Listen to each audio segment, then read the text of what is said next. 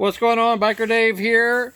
For you newbies out there who may not, done much maintenance to your bike, or you're unfamiliar with what's required or how to know when things are ready to be replaced and things like that, here's a simple one for you. As far as your chain is concerned, if you want to know if your chain and probably sprockets need to be replaced, just pull back right here on it, and if this section of chain pulls back significantly off of the sprocket, most likely all three pieces need to be replaced. Because you notice here's a brand new one, brand new sprocket, brand new chain. Notice it barely moves, and it's basically just the joint itself. But over time, the chain starts to stretch. It physically starts to stretch out. And then the stretched chain will start to wear into the teeth of the sprockets right here, which will make it smaller and smaller, and so the entire assembly starts to change shape over hours of use.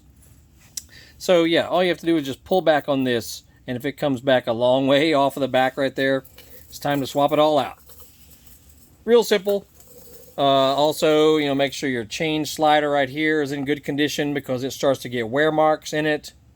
We just replaced this one on this bike. Also, the chain roller, it'll start to get grooves in it down in there, or the bearings start to wear out. If you can feel it being real rough, or a lot of grooves in it, a lot of grooves in the slider, a lot of wear in the chain block right here too, the chain guide. If it starts to get really worn down in there, it's time to replace it. I'll hear bikes at the track where you can hear it rattling.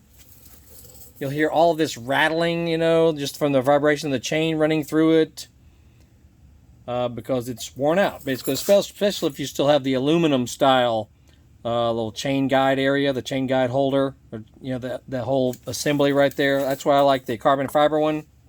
Not as noisy. The Turbis I'm a big fan of. Anyway, that's all. We're doing all kinds of stuff to this bike, so check out our previous videos. If you're looking to maybe improve your knowledge of basic maintenance of these dirt bikes, or how to do even some major maintenance, check out our previous videos, and we'll put a link to a playlist that has all kinds of videos that'll help you just learn a little bit more on how to take care of your dirt bike. And that's it. I'm Biker Dave, Horsepower House. Check us out. Google us. You'll find us all over the place. And you'll have a good day. We'll see you.